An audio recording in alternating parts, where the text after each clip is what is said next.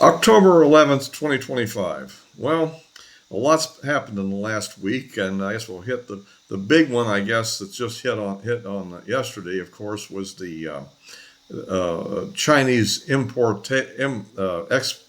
export controls on rare earth minerals that they have slapped on, as well as they're starting to copy our own tactics of putting restrictions also on other countries and what they do with them and so forth. So they're kind of copying the style of thing that we've been doing for a long time. And so, but of course, the export controls are a little something different. But I mean, and so that of course is happening before the scheduled meeting in South Korea that was supposed to occur between President Trump and President Xi of China. So it's interesting that this has been discussed for some time, that we were talking about putting various tariffs on China, particularly over buying Russian oil and things like that. And of course, these hadn't materialized yet. And I'm quite surprised that the Chinese decided to strike first, which I find interesting. Of course, remember, we've had a 30% tariff on China in the interim while the negotiations went forward. And I think the Chinese presumably believed that their rare earth minerals was a lever that prevented us from going further than we did before.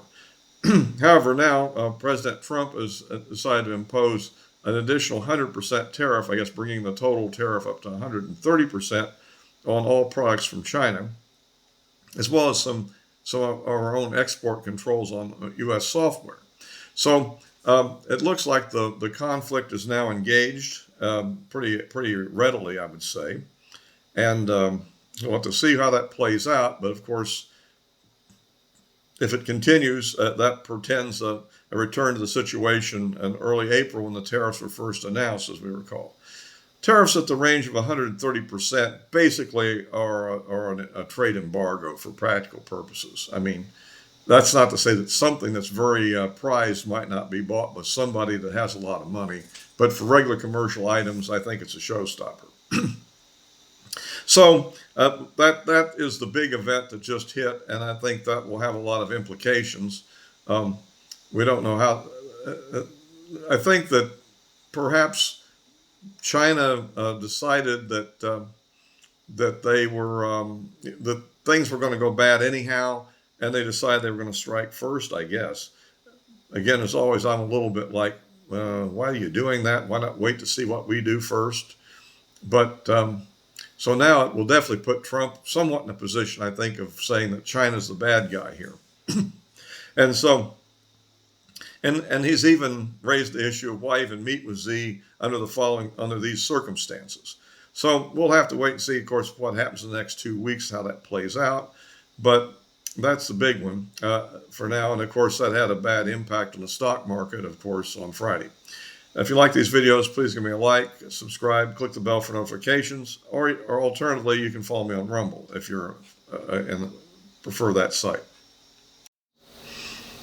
And of course, the President Trump's peace plan for the Middle East, and particularly for the Hamas versus Israel struggle, seems to be going forward at this time. Of course, as the days go on, we'll see what happens. But as of this recording, it looks like the first phase, where Israel withdrew to a certain set of lines that had been negotiated, which left 46% of the Gaza Strip, I think it is something like that, under Hamas control for the moment, and the Israelis essentially are having a cordon around Gaza, outside the most populated areas.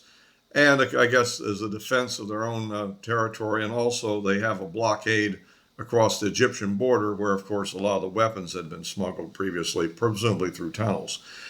So and we're now waiting for the Hamas to fulfill their part of the deal, which is to return all the hostages and the bodies, particularly the living hostages.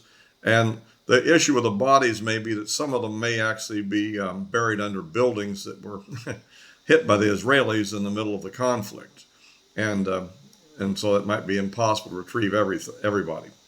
But that's the next phase of this thing, and so far so good. We'll see how it turns out. Cynics, of course, are cynical as always on something like this, and optimists, I guess, are optimistic, and I guess we can hope for the best. I think in this conflict, now the part that's going to get really tricky is the management of that after in the next phase, where I guess presumably Israel would eventually leave Gaza pretty much, and but the idea is to impose some sort of a, well, first of all, that Hamas then would need to disarm completely.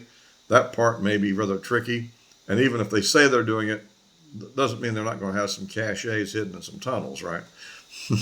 So, and then of course, the idea of setting up some kind of a governing body, which is not Hamas, to run the thing, which would somehow still be acceptable to the Palestinians there.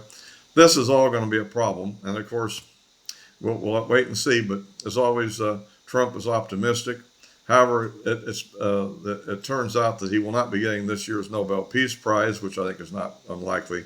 This lady that was, I think, is the opposition leader in Venezuela, got it, which shouldn't be too big of a disappointment to Trump, since after all, he's against Maduro anyhow. So, and after all, a year from now, if this all works out, and maybe he gets the Russia-Ukraine war settled too, maybe then he can get accepted. Is there anything he could possibly do that the liberals that control the Nobel Peace Prize that would possibly get them to make that deal? Well, we don't know.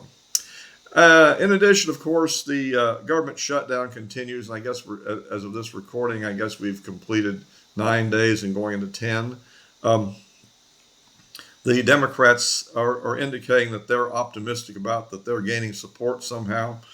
On the other hand, it looks like that Trump is getting ready to start laying off government workers in retaliation, and maybe canceling some programs that they have as part of the, his lever on the subject. And so we'll see how that plays out. I mean, in my own opinion, is that in some ways, I think that, as always, the Republicans tend to take the attitude that the public out there will understand what's going on and see through all the Democrat lies. However, I think it'd be useful for them to be a little bit more straightforward on this and simply say that, I mean, they've made the issue that whatever they're going to negotiate about the healthcare programs, that's not something to shut the government down on until something is definitive on that subject. And so they should get back. In other words, you're doing damage to the things that even they want while you're waiting for that. Some people think that next week, I guess, the military pay and next Wednesday will not be issued if they don't end the shutdown. However, I think what you might call supposed smart money thinks that nothing is going to be resolved until after the 18th, when the Democrats are going to have this fight to save democracy or something like that protest in Washington. I guess is this going to turn into their version of January the 6th?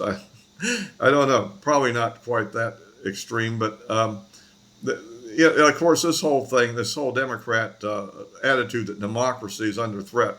The only threat to democracy is the Democrats, which are often not that democratic, and generally are causing a lot of concern and promoting radicalism, and that in some instances, as I mentioned in a previous video, is almost an insurrectionist policy.